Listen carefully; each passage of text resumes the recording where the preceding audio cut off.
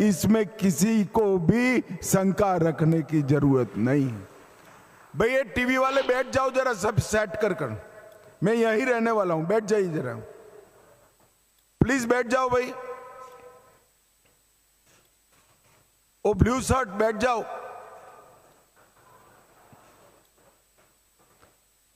भाइयों बहनों, जब किसान खेती करता है तब उसको मालूम नहीं है कि इसकी भूमि में क्या क्या पड़ा है, कौन सी चीज कम है, कौन सी चीज ज्यादा है। वो परंपरागत जिले के किसानों के ट्रेंड पर ही खेती करता जा रहा है। और जब मोदी जी ने मिट्टी के परीक्षण की बात करी तब मालूम पड़ा कि जो खाद डालने की जरूरत नहीं थी वो किसान डालता था, और जो खाद न्यूट्रिशन डालने की जरूरत थी वो नहीं डालता था।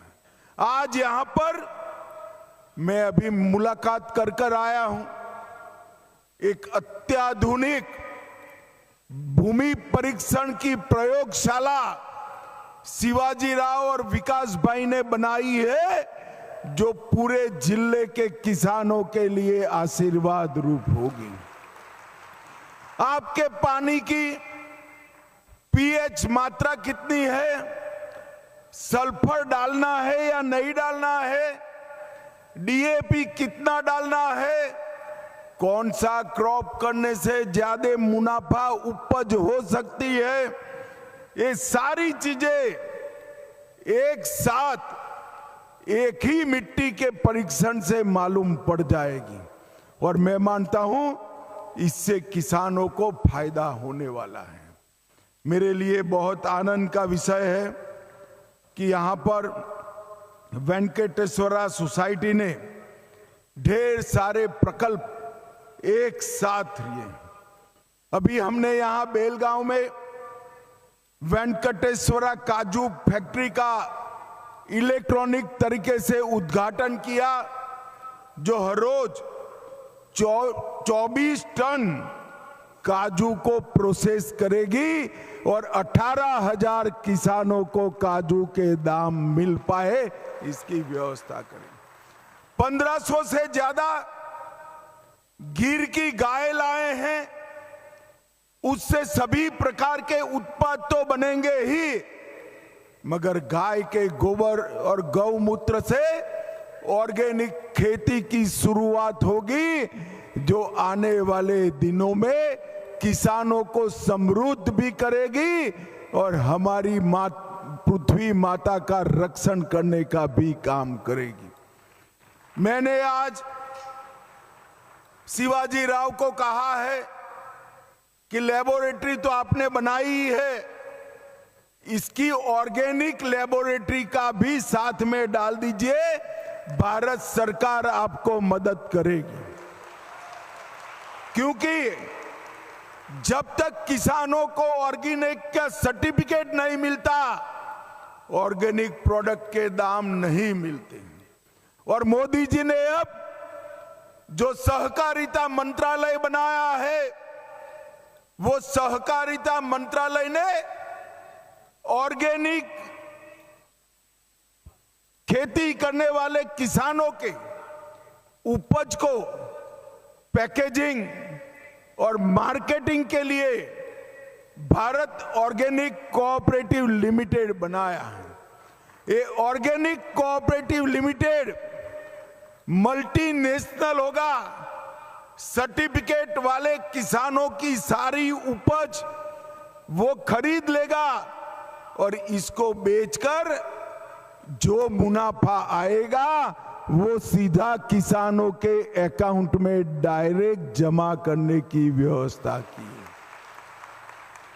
मगर ऑर्गेनिक खेती करनी है, विश्व के ऑर्गेनिक के बाजार में हमारा माल बेचना है, तो हमें सर्टिफाइड प्रोडक्ट भी चाहिए और सर्टिफाइड भूमि भी चाहिए। ये दोनों का सर्टिफिकेशन ये वेंकटेश्वरा कोऑपरेटिव करेगी आने वालों दिनों में। भाइयों बहनों, इतने सालों से मांग थी, मोदी जी के सामने देश भर के सहकारिता वाले मांग करते थे कि कोऑपरेटिव मंत्रालय बनाया जाए, मगर कोई नहीं सुनता था।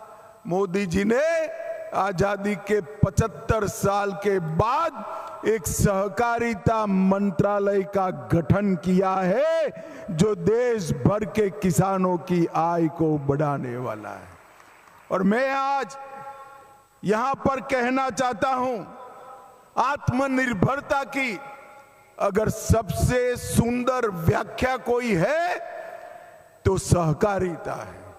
सहकारिता के बगैर किसान आत्मनिर्भर नहीं बन सकता, उन्नत नहीं बन सकता और समृद्ध भी नहीं बन सकता।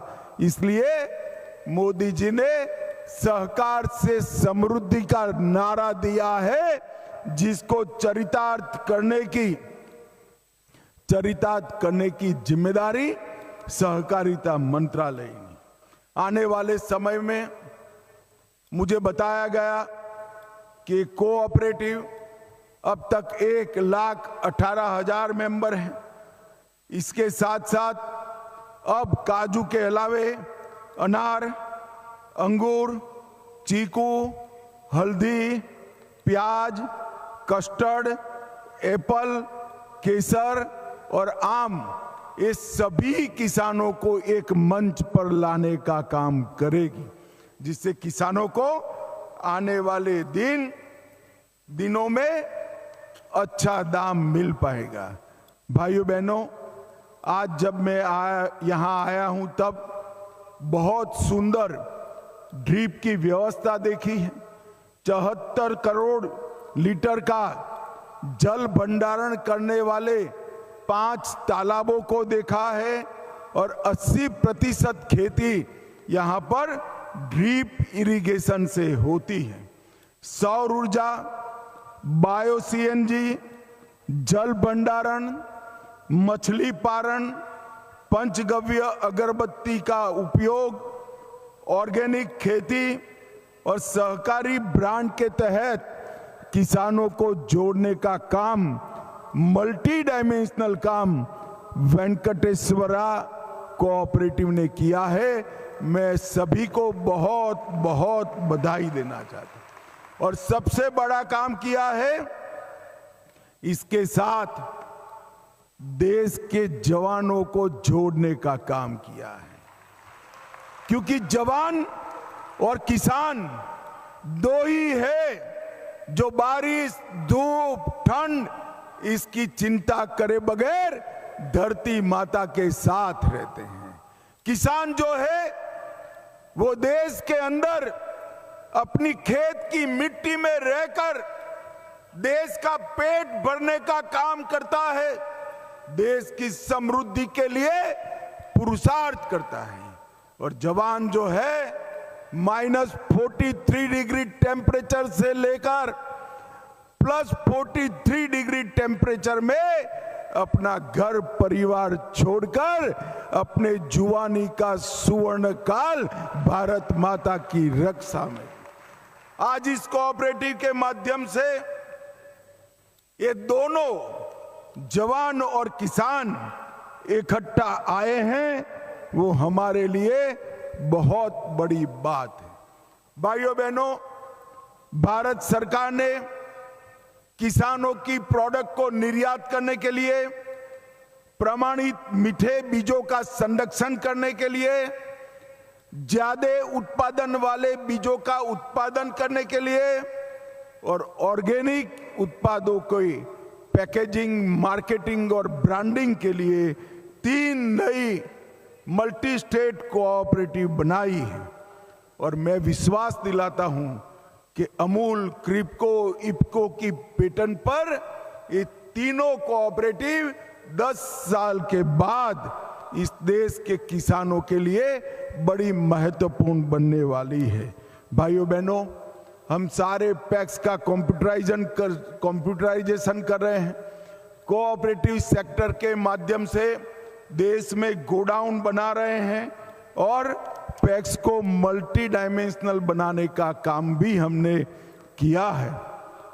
जहां तक महाराष्ट्र का सवाल है, सहकारी चीनी मिलों में 15,000 करोड़ का इनकम टैक्स का झगड़ा चलता था, उसको हमने समाप्त किया और नए 46,000 करोड़ के टैक्स को कम करने का काम भारतीय जनता पार्टी की नरेंद्र मोदी सरकार ने, और एनसीडीसी के माध्यम से देश भर के कई चीनी मिलों को, कोऑपरेटिव चीनी मिलों को 10,000 करोड़ का ऋण भी दिया है। इथेनॉल ब्लेंडिंग के माध्यम से चीनी मिलों को हमने फिर से एक बार कमाऊ यूनिट बनाने का काम किया है। मैं आज इस मंच पर आया हूं तब पवार साहब को जरूर पूछना चाहता हूं, पवार साहब, आप 10 साल तक देश के कृषि मंत्री रहे, उस वक्त ये सहकारिता मंत्रालय आपके अंतर्गत आता था। आप महाराष्ट्र की जनता को जरा हिसाब दीजिए, महाराष्ट्र के कोऑपरेटिव आंदोलन के लिए पवार साहब आपने क्या किया है, चीनी मिलों के लिए क्या किया है, पैक्स के लिए क्या किया है, किसान के लिए क्या किया है, कोऑपरेटिव के लिए क्या किया है।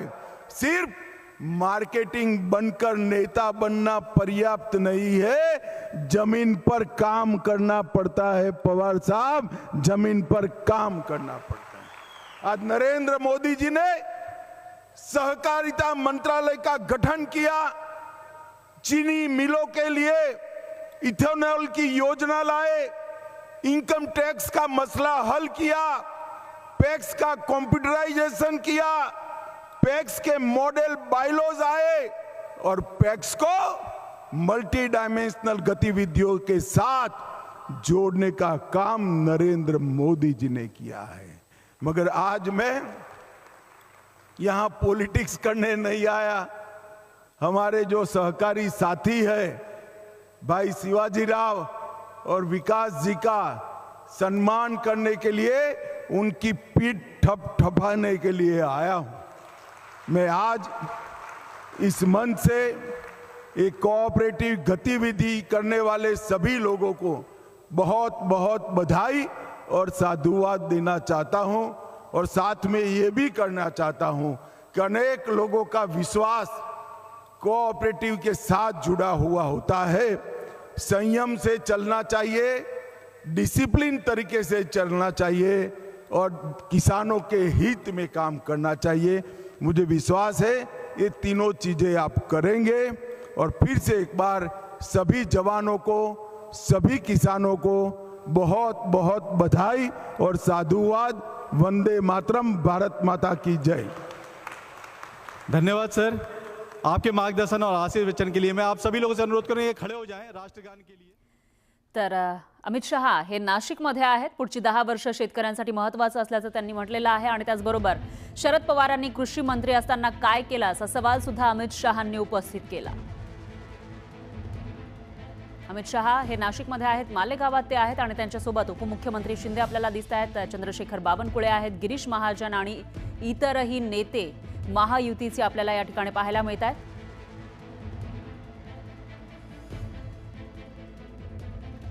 यानंतर पाहूयात पुढची बातमी। अभिनेता सैफ अली खानवरील हल्ल्याप्रकरणी आरोपीच्या पोलीस कोठडीमध्ये वाढ करण्यात आली आहे। बांद्रे कोर्टाने आरोपी मोहम्मद शरीफुलच्या पोलीस कोठडीमध्ये 29 जानेवारीपर्यंत वाढ केली आहे। बांद्रे कोर्टात सुनावणी वेळी आरोपीच्या